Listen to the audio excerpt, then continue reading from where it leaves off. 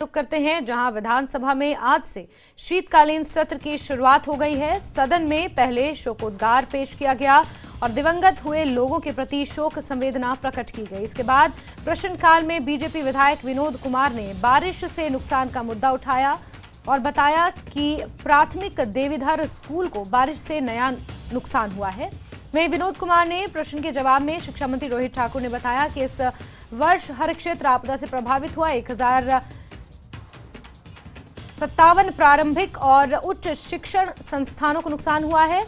इन स्कूलों में 69 करोड़ रुपए से ज्यादा का नुकसान हुआ है। राज्य सरकार सबसे पहले उन स्कूलों पर ध्यान दे रही है जिनके भवन पूरी तरह से क्षतिग्रस्त हो गए हैं। ऐसे स्कूलों की संख्या 51 है। राज्य सरकार ने अन्य क्षतिग्रस्त स्कूलों की मरम्मत करने का भी निर्णय लिया है।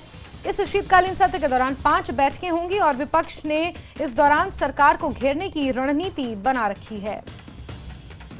रणबीर का रुख करते हैं, धर्मशाला में इस वक्त मौजूद हैं जहां विधानसभा के शीतकालीन सत्र की कार्यवाही हो रही है। रणबीर, पहला दिन है सत्र की कार्यवाही का, शोकोद्गार के साथ इसकी शुरुआत हुई है। इसके अलावा क्या कुछ हुआ अभी तक कार्रवाई में? जी हाँ, देखिए विधानसभा के बाहर से तस्वीरें हम दिखा रहे हैं। अभी जो सदन के भीतर जो नियम 63 के तहत जो अल्पकालीन चर्चा के लिए जो सबसे युवा विधायक है चैतन्य शर्मा, उनकी तरफ से एक चर्चा लाई गई है अल्पकालीन नियम 63 के तहत, जिस पर जो रिन्यूएबल एनर्जी जो विजन है उसके तहत उन्होंने एक विषय उठाया है कि किस तरह से जो है राज्य सरकार इसमें आगे बढ़ सकती है और इसके साथ ही जो रोजगार किस तरह से युवाओं को दिया जा सकता है।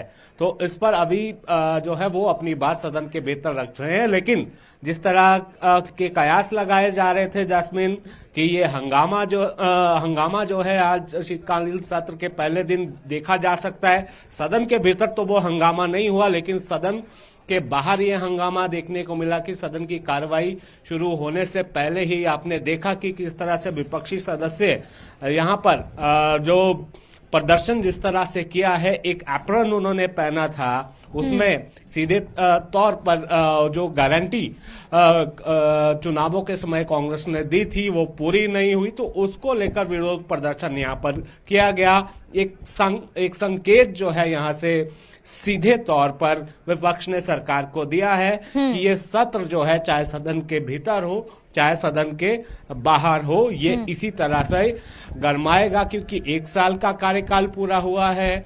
तो उसके बाद विपक्ष जो है मानसिक रूप से दबाव बनाने की कोशिश करता हुआ भी यहाँ पर नजर आया।